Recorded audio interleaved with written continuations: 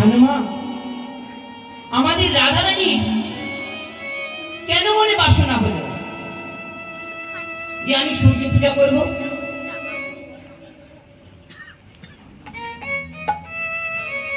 কারণ তিনি তো স্বয়ং শক্তি স্বরূপা, তার তো বাসনা নাই হতে পারে, তিনি তো সব দিক দিয়ে পরিপূর্ণ। কথাতে বলে জানো মা, কেউ যদি একবার রাম রাম বলে তার 100 পূর্ণ হয়। আবার কেউ যদি একবার কৃষ্ণ কৃষ্ণ বলে তার 200 পূর্ণ হয়ে যায়।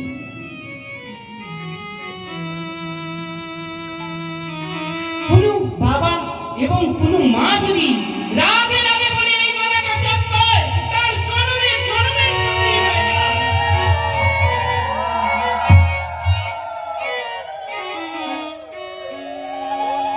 ও মা,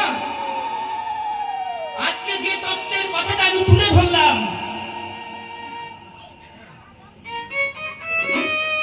এটা একমাত্র রাধে কৃপা বল যাদের ধারণ করতে পেরেছে, যাদের পুরুষ হয়েও গোপী ভাব আনতে পেরেছেন, তাদের জন্য বললাম বাবু। আমরা তো পুরুষ সবাই,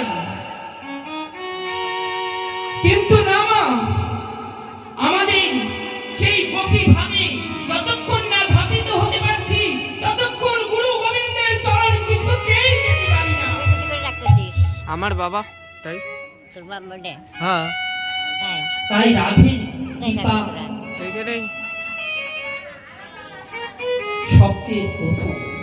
যে গান করতেছে ওটা আমার বাবা। একবার যদি রাধা রাধি রাধে রাধে বলা যায়, শিখস নাই তার হালকা ফুলকা বহু জন্মের অপরাধ খণ্ডিত হয়ে যায়। পড়াশোনা টাইম পাওয়া যায় না। সেই রাধা রানী আমার, হ্যাঁ গায়কগুলো সব এই জায়গায় সেই রাধা বিনোদিনী আমার এই যে খোলা আজ খোলা সূর্য পূজা করতে ওই বলে দিককার তোমার শিলিগুড়িরই, কিন্তু আলাদা আলাদা জায়গা।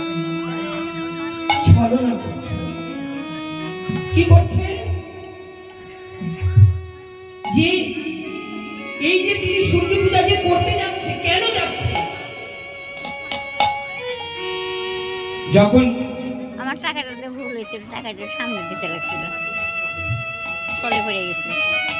যখন কৃষ্ণ দারোগার রাজা ছিলেন, বাইরে বাইরে করে দিয়ে টাকাটা একদম ইয়ে গেছে। যখন সামনে দেওয়া, এই জায়গায় গেছে। পিতার সত্য পালনের সামনে দিতে লাগছিল, ভিতরে গেছে, দেখা যায় না। 14 বছরের জন্য যখন এই সামনে আর ওই ঝর্ণার শোভা দর্শন করতে করতে একদল মেঘ এসেছে। এক মেঘ আর ওই বাচ্চা মেঘর অঙ্গকে লোহন করে দিচ্ছে দিদি দিয়ে। ইহা দেখে রামচন্দ্রের নয়নে ধারা বিরাম নাই।